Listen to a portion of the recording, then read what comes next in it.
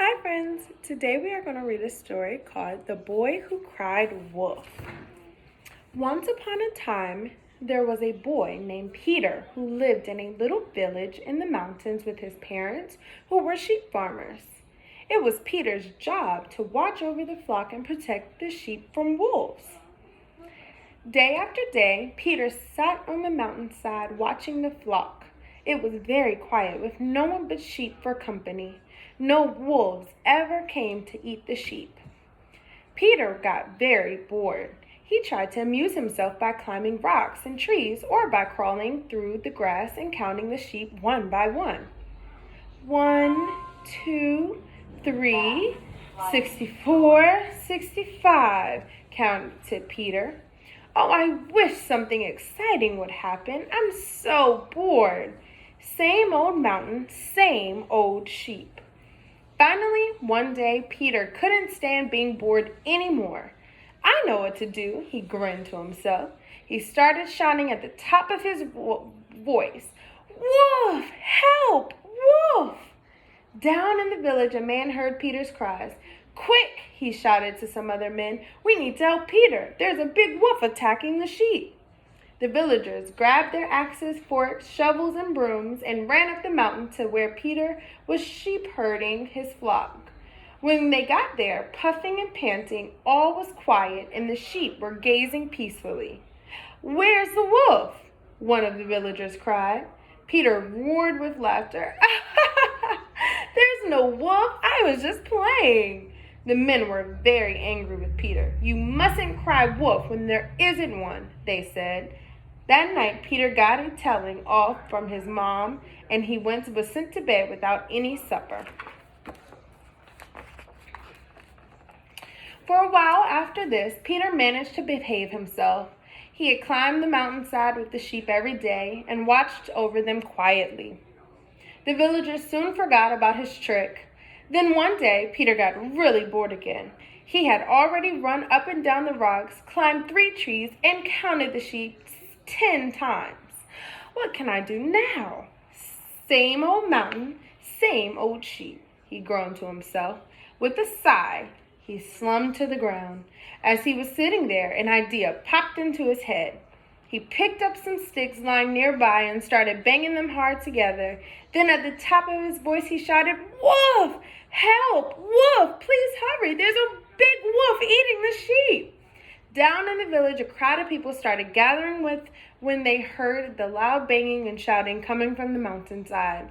"What's all that noise?" someone cried. "It's Peter. He's in trouble," shouted someone else. "Quick! There must be a wolf on the prowl."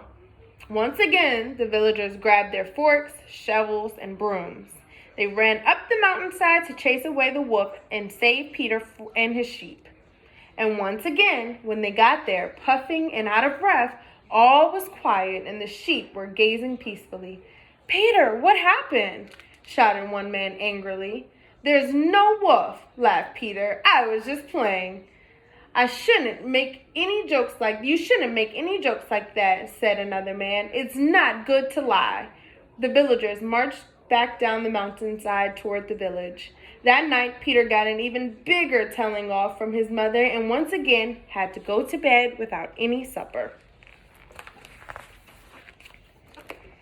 For a few days, the villagers went around moaning about Peter and his tricks. But after a while, the incident was forgotten, and Peter climbed to the mountainside every day with the sheep. He had decided that he would try and behave himself, especially since he didn't want another scolding from his mother.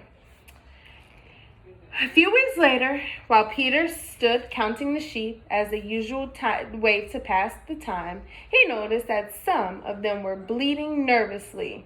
He climbed up the tree to take a look around and see what was upsetting them.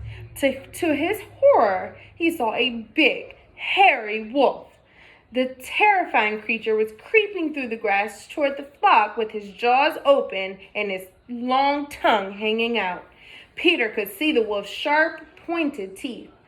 Shaking with fear, he started screaming, "Wolf! Help! Wolf! Please hurry! There's a big wolf about to eat the sheep!" A few people down the village heard his cries for help, but they went about their businesses as usual. "It's only Peter playing another trick," they said to each other. "Does he think he can fool us again?" And so nobody went to Peter's rescue. By nightfall, when Peter hadn't returned, his parents became concerned. Peter never missed his supper. Something bad must have happened. Peter's father gathered the people of the village, and together they hurried up the mountain carrying flaming torches. A terrible sight met their eyes. All the sheep were gone. There really had been a wolf this time. Peter was still in the tree, shaking and crying. "Peter, I cried out, 'Wolf, why didn't you come?' he wept. "Nobody believes a liar, even when he's speaking the truth," said Peter's father, helping him climb out of the tree. Peter hung on to his father all the way home. He never wanted to see another wolf ever again. And Peter finally really learned his lesson. He never told a lie again, and he always got to eat his dinner. The end. Thank you so much for reading our story today. I hope you enjoyed it.